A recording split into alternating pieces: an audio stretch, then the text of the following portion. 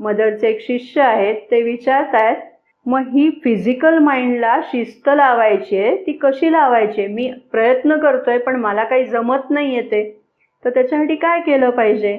Mother त्याला उत्तर असं देतात की हो, हे खरंच अवघड आहे. आपल्याला आपल्या इच्छेनुसार कोणत्याही क्षणी मनामध्ये एक निश्चल, नीरव, निस्तरंग अशी अवस्था निर्माण करता यायला पाहिजे.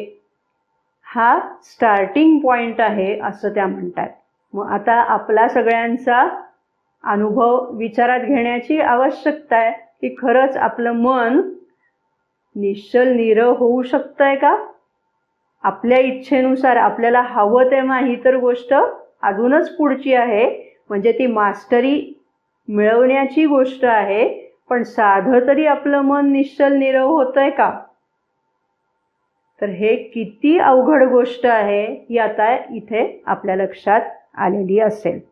फिजिकल माइंडची खात्री पटणं मुळातच किती कठीण आहे हे आता आपण इथे आणखीन एका उदाहरणातनं लक्षात घेऊया. अगदी दोन परस्पर विरोधी गोष्टी या अतिमानसाच्या ठिकाणी एकत्रित असतात. अतिमानस कसं आहे तर एकाच वेळेला ते हिऱ्यापेक्षा कठीण आहे आणि दुसऱ्या बाजूने ते द्रवरूप जे असतं त्याच्याही पेक्षा अगदी तरल आहे.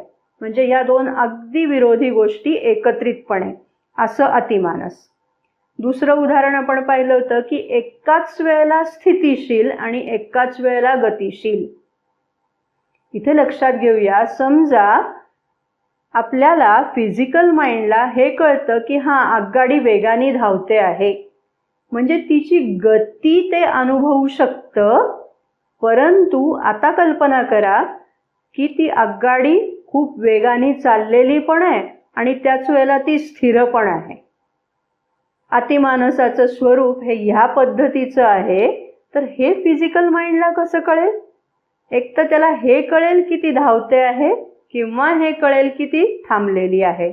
पण या दोन्ही गोष्टी एकाच ठिकाणी हे काही त्याला झेपत नाही आणि त्यामुळे अतिमानस ग्रहण करणं ही गोष्ट त्याच्यासाठी किती अवघड असेल याची कल्पना आपण करू शकतोय. पण हे जेव्हा त्याला समजेल, उमगेल, तेव्हा मग अतिमानस इथे येऊ शकेल असं त्या म्हणतात.